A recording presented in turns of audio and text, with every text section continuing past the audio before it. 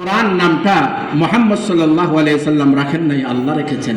আর আল্লাহ রেখেছেন কারণ আল্লাহ রাব্বুল আলামিন নিজেই কোরআনে করিম এইটা নাজিল করেছেন। এই কারণে, কারণ কোরআন মানেই হচ্ছে অত্যাধিক পঠিত।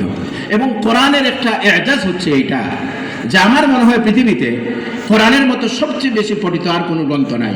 একজন ইতিহাসবিদ লিখেছেন যে বাদশাহ সালিম, যিনি উসমানীয় শাসক ছিলেন, ওই যে যার সম্পর্কে বলা হয়েছে মহিউদ্দিন ইবনুল আরবির একটা অমর বাক্য, ইদা দাখালা সিনু ফি সিন যাহারা কবরু মহিউদ্দিন।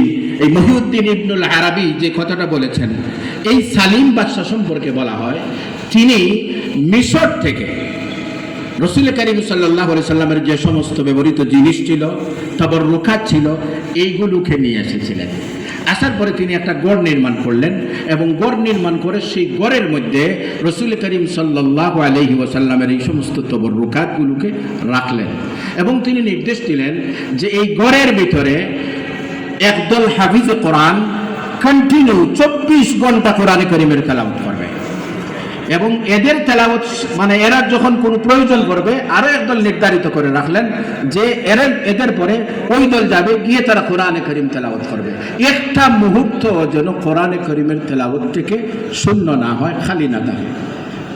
বাদশাহ সালিমের এই আয়োজনের কারণে উনি যে প্রথাটা চালু করে গিয়েছিলেন, ইতিহাসবিদদের কথা হইল 400 বছর পর্যন্ত ওই গড়ে কন্টিনিউ দিন রাত ধারাবাহিক 24 ঘন্টা আল্লাহর কালামের তেলাওয়াত হয়েছে। 1-2 বছর নয়, 400 বছর যাবত।